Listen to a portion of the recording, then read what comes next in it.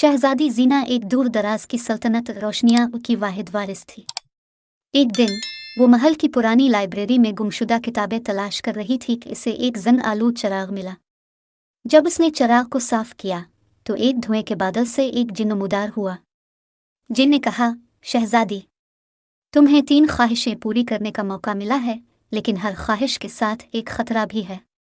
जीना ने पूछा, खतरा? जिन ने मुस्कुराते हुए कहा, अगर तीनों ख्वाहिशें इस्तेमाल कर लोगी तो तुम्हारी सल्तनत पर एक लानत तारी हो जाएगी।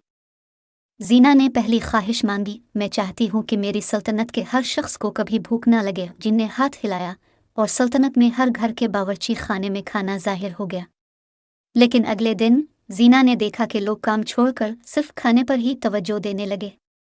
सल्तनत की तरक्की रुक गई।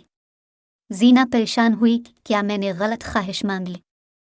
जीना ने दूसरी ख्वाहिश मांगी, मैं चाहती हूँ कि मेरी सल्तनत के तमाम लोग हमेशा खुश रहें।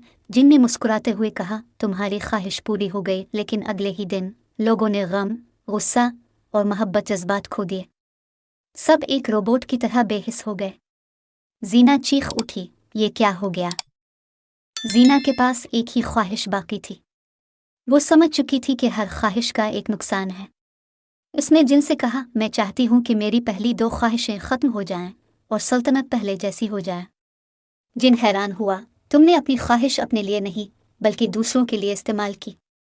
जीना ने कहा, हाँ, क्योंकि शहजादी की जिम्मेदारी सिर्फ अपनी सल्तनत होती है। जिन ने जीना की कुर्बानी देकर अपना वदा पूरा किया। सल्तनत में दोबारा खुशियाँ लूट आएं और लोगों ने अपने जज्बात वापस पा लिए। जीना ने सीखा कि ताकत का सही इस्तेमाल ही असल कामयाबी है।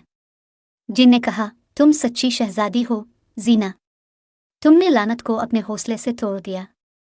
शहजादी जीना की कहानी सिखाती है कि ख्वाहिशें इंसान को अंधा कर सकती हैं, लेकिन कुर्बानियाँ इसे हीरो बना देती हैं।